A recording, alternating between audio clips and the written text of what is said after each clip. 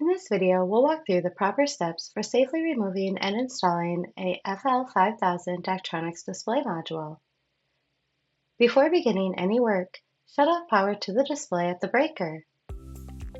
Next, locate the latch access hole at the top center of the module being replaced.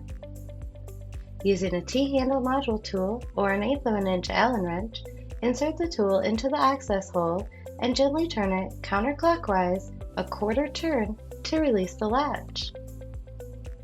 Once unlatched, carefully tilt the module away from the cabinet, then lift it upward and out. Disconnect the power and signal cables from the module, making note whether the signal cable was connected to port A or port B. Then carefully set the module aside in a safe location. To install the module, reconnect both 4-pin signal cables to their correct port A or port B locations, and then connect the 4-pin power cable.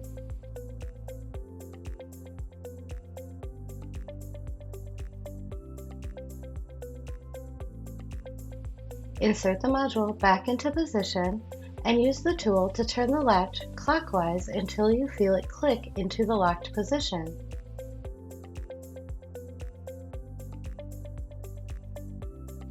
Finally, restore power to the display and ensure prices are showing correctly.